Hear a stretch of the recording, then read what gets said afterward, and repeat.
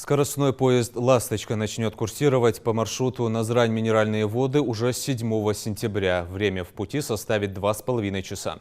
Он будет ездить ежедневно. Поезд представляет собой пятивагонные «Ласточки» со специальными площадками для крупногабаритного багажа, системами климат-контроля и обеззараживания воздуха. Также вагоны поезда адаптированы для пассажиров с ограниченными возможностями здоровья. Приобрести билеты можно будет на официальном сайте РЖД и во всех кассах дальнего следования. Их стоимость составит 760 рублей.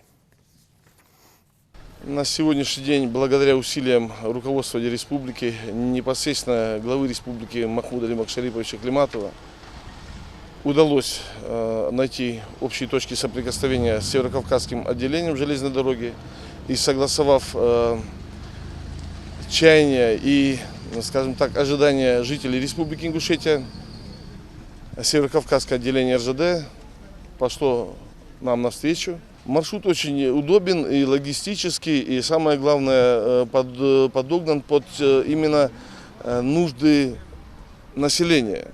Вы знаете, что минеральные воды – это точка отправления по всем регионам Российской Федерации, как, в принципе, и стран ближнего зарубежья. Очень многие жители нашей республики работают вахтовым методом, очень многие студенты учатся за пределами нашей республики.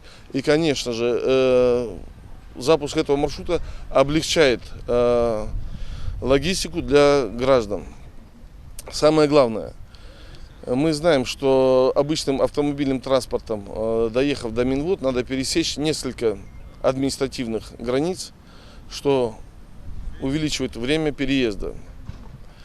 Железнодорожным маршрутом эти ограничения и издержки будут устранены. 2,5, максимум 3 часа уйдет на дорогу.